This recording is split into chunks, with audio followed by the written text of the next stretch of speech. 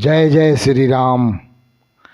अयोध्या में भव्य राम मंदिर का निर्माण हो चुका है तथा आगे भी इसकी भव्यता में वृद्धि होती रहेगी। गर्भगृह में रामलला का विग्रह स्थापित हो चुका है। प्राण प्रतिष्ठा का अनुपम कार्यक्रम भी संपन्न हो चुका है और इसके साथ ही आध्यात्मिक, भौतिक, सांस्कृतिक और सामाजिक दिशा अपने उत्कर्ष की ओर छलांग लगा रहा है। प्रत्येक दिन लाखों भक्त रामलला के दर्शन करके अपने लोक एवं परलोक को धन्य कर रहे हैं। आज हम रामलला की स्थापित मूर्ति और शेष 2 रामलला की मूर्तियों की जानकारी साझा करेंगे।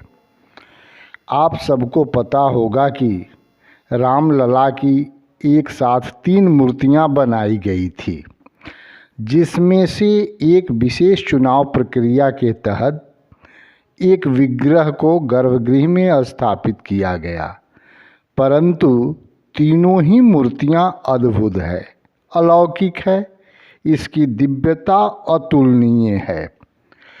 रामलला की जो मूर्ति गर्भगृह में स्थापित है उसके मूर्तिकार हैं अरुण योगीराज। आप कर्नाटक के मैसूर के रहने वाले हैं। इनका परिवार कई पीढ़ियों से इसी काम में लगा है। इनके पिता योगीराज शिल्पी एक मशहूर मूर्तिकार रहे हैं तथा इनके दादाजी बसवन्ना शिल्पी को मैसूर के राजा का संरक्षण प्राप्त था। रामलला की जो मूर्ति गर्भगृह में स्थापित है वह 3 अरब साल पुराने चट्टान से बनाई गई है। यह शालिग्राम पत्थर है तथा कर्नाटक के मैसूर से लाया गया था। ये 5 साल के रामलला की मूर्ति है जो 51 इंच लंबी है। वैज्ञानिकों का मत है कि 5 वर्ष के बच्चे की औसत आयु 51 इंच की होती है और यह शास्त्रों के अनुसार भी शुभ अंक माना जाता है।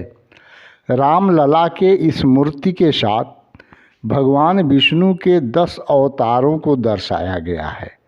साथ में भक्त हनुमान, कमल पुष्प आदि को भी दर्शाया गया है।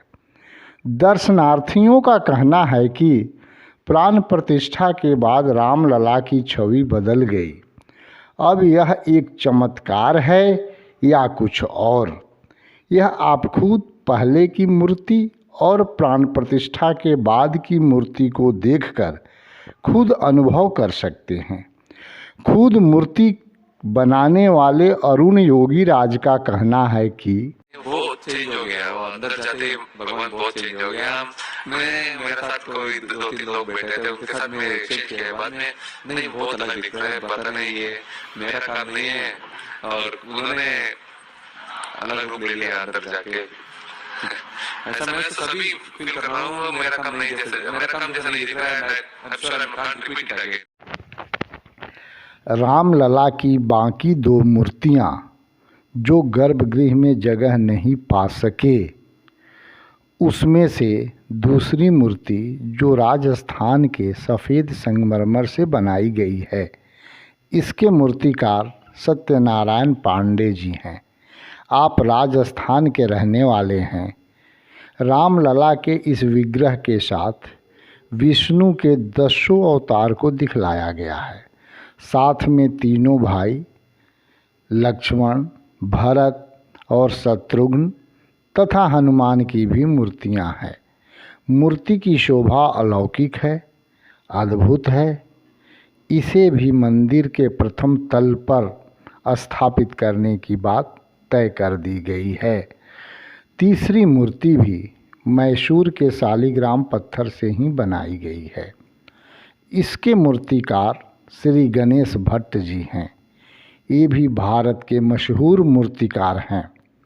रामलला के इस मूर्ति के साथ अन्य तीनों भाइयों को भी दर्शाया गया है। साथ में भक्त हनुमान और गणेश जी को भी बनाया गया है और इसे भी मंदिर के प्रांगण में ही स्थापित किया जाएगा।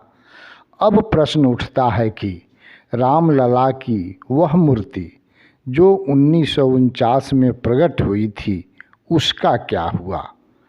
तो इसका जवाब है कि उस अलौकिक अद्भुत मूर्ति को भी गर्भगृह में ही स्थापित कर दिया गया है। अब हम सब सनातनियों का यह कर्तव्य है कि एक बार अपनी आँखों से रामलला के इस दिव्य रूप को निहार कर अपना जीवन धन्य करें। इस वीडियो को सब्सक्राइब करें, लाइक करें तथा शेयर भी करें। धन्यवाद।